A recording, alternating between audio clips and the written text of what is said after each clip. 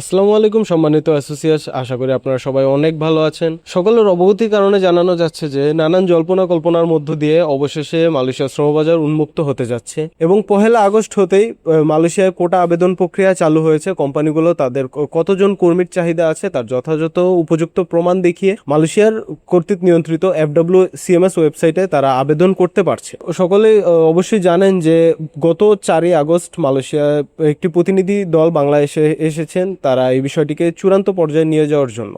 আরও একটি বিষয় হচ্ছে তারা সর্বপ্রথম অগ্রাধিকার দিচ্ছে বোয়েসেলকে, বাংলাদেশের একমাত্র সরকারি এজেন্সি। এবং আপনারা সকলে আরেকটি বিষয় জানেন যে আমাদের প্রধানমন্ত্রীর উপদেষ্টা মাহাদি আমিন জানিয়েছে যে এই মাসের অর্থাৎ আগস্ট মাসের শেষ সপ্তাহেই বোয়েসেল থেকে প্রথম ফ্লাইটগুলো যাবে মালয়েশিয়ায়, যেগুলোর জন্য সর্বোচ্চ পূর্ব প্রস্তুতি চলছে। এবং তারা কর্মী প্রথমে নিবে হচ্ছে নির্মাণ খাতে। তো বোয়েসেলের মাধ্যমে নির্মাণ খাতে যে সকল কর্মীরা যাবে তাদের জন্য ইন্টারভিউ প্রক্রিয়া চলমান রয়েছে। গত সপ্তাহের বুধবার থেকেই এই প্রক্রিয়াটি শুরু হয়েছে এবং এই প্রক্রিয়াটি অবশ্যই চলমান রয়েছে এখন পর্যন্ত। এবং আরেকটি বিষয় হচ্ছে যে আগামী 1 থেকে 2 দিনের ভিতরে মালয়েশিয়ার এজেন্সি লিস্টিং সংক্রান্ত সকল প্রক্রিয়া শেষ হয়ে যাবে। মালয়েশিয়ার FWCMS ওয়েবসাইটে এই বিষয়টি উল্লিখিত হয়ে যাবে কয়টা এজেন্সি কাজ পাবে এবং কোন কোন মেডিকেল সেন্টার থেকে মেডিকেল চেক করতে পারবে। এই বিষয়টি আগামী 2-1 দিনের ভিতরেই চালু হয়ে যাবে এবং এই সপ্তাহে আশা করা যাচ্ছে যে মেডিকেল সংক্রান্ত সকল কার্যক্রম শুরু হয়ে যাবে। তো ইতিমধ্যেই আপনারা সকলে জানেন হয়তোবা যে মালয়েশিয়া এবং বাংলাদেশের জয়েন্ট ওয়ার্কিং গ্রুপের কমিটি এই বিষয়ে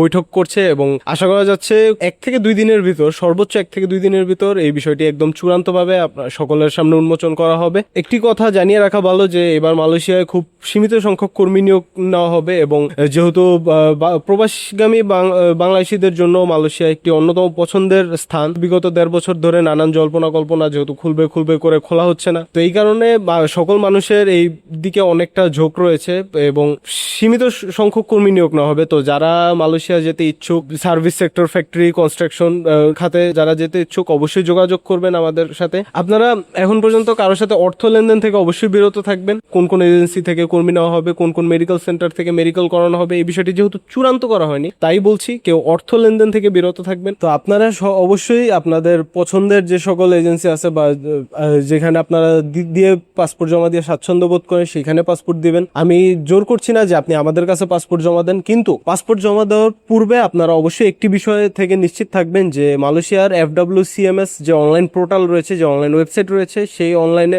ওয়েবসাইটে আপনি যে এজেন্সিতে পাসপোর্ট জমা দিতে যাচ্ছেন সেই এজেন্সিটি তালিকাভুক্ত কিনা। কারণ যে সকল এজেন্সি তালিকাভুক্ত থাকবে ঠিক তারাই এই মালয়েশিয়া কলিং ভিসা 2026-এ কাজ করার অনুমোদন পাবে। আমরা সকলে আশাবাদী যে এবারের মালয়েশিয়া কলিং 2026 পূর্বের ন্যায় এরকম সিন্ডিকেট থাকবে না, অনেকটা স্বচ্ছ এবং ট্রান্সপারেন্ট ওয়েতে কর্মী নিয়োগ নেওয়া হবে, যেটা সকলের জন্য মঙ্গলময় হবে। সেই প্রত্যাশা ব্যক্ত করে আজকে ভিডিও শেষ করতে যাচ্ছি। যদি কেউ আমাদের কাছে পাসপোর্ট জমা দিতে চান বা এ ব্যাপারে আরো বিস্তারিতভাবে জানতে চান তাহলে অবশ্যই নিচে দেওয়া নাম্বারে যোগাযোগ করবেন। সকলে ভালো থাকবেন। আল্লাহ হাফেজ।